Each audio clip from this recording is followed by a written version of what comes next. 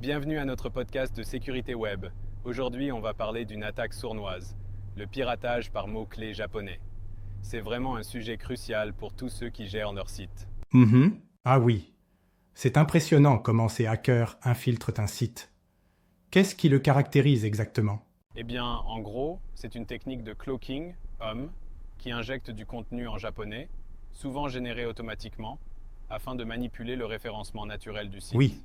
donc le site, même s'il est en français, se retrouve à afficher des pages en japonais dans les résultats de recherche, c'est ça? Exactement. Et ce contenu caché n'est presque pas visible aux visiteurs normaux.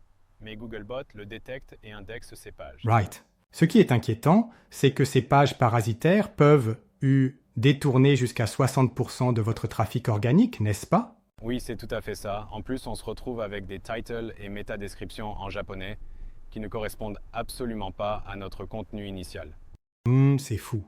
Et en plus, il y a des redirections vers des sites frauduleux ou louches. D'un point de vue utilisateur, ça doit être vraiment perturbant. Absolument. Imaginez, vous tapez votre site habituel et vous tombez, sur des spams ou pire, des sites de phishing. Oui, c'est alarmant. Alors, comment peut-on détecter ce type de piratage rapidement? Plusieurs indices existent. Par exemple, si on fait une recherche avec sitemondomaine.fr, on voit des titres en japonais ou des étoiles ajoutées par du code JSON-LD qui n'étaient Right, pas là c'est un auparavant. signal fort. Je comprends. Et Google Search Console jouerait un rôle ici, non? Exactement.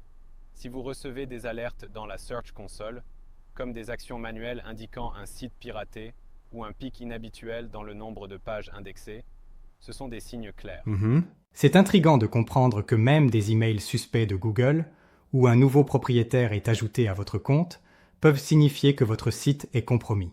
Oui, et ce n'est pas le seul problème. Le piratage nuit gravement au SEO, dilue le PageRank interne, et votre trafic chute, parfois de plus de 60%. Oui, c'est dramatique. Alors, quelles sont les mesures à prendre pour nettoyer un site infecté par ce hack? D'abord, il faut absolument sauvegarder son site, avant d'intervenir.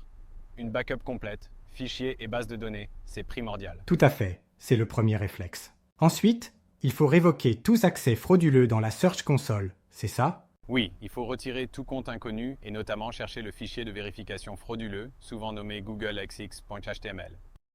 C'est crucial. Et que faut-il faire du fichier .htaccess, comme on en entend souvent parler dans ce contexte? Le fichier .htaccess est une cible de choix pour ces attaques. Il faut l'inspecter minutieusement et supprimer toute ligne suspecte, surtout celles qui redirigent vers des URL douteuses. Right, on ne peut pas laisser traîner ça. Il faut ensuite supprimer les fichiers malveillants et nettoyer le code des fichiers PHP, par exemple dans wp-config.php ou index.php, n'est-ce pas? Exactement.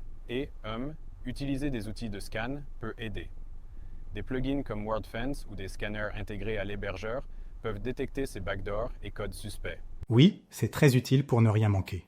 Après avoir nettoyé le site, il faut absolument mettre à jour le CMS, les thèmes et les plugins pour éviter une nouvelle attaque, pas vrai? Précisément, une fois le ménage fait, la mise à jour comblera la faille exploitée par le hacker. Sans oublier de supprimer les thèmes ou plugins inutilisés qui pourraient constituer des portes d'entrée. C'est la prévention en action. C'est logique.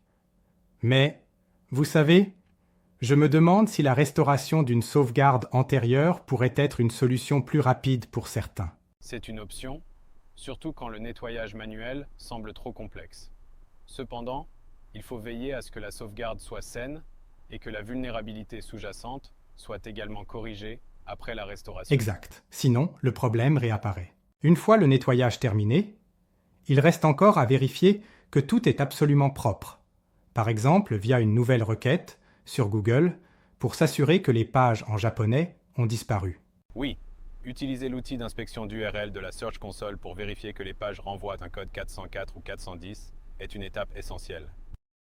Right, c'est là que votre vigilance compte. Maintenant, après toutes ces actions de nettoyage, quelles recommandations de prévention peut-on donner?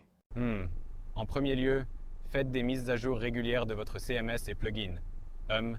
Ne prenez pas de risques inutiles avec des plugins nulled ou des thèmes douteux. Oui, c'est la base. Il faut aussi renommer le compte admin par défaut et utiliser des mots de passe robustes, c'est bien ça? Exactement.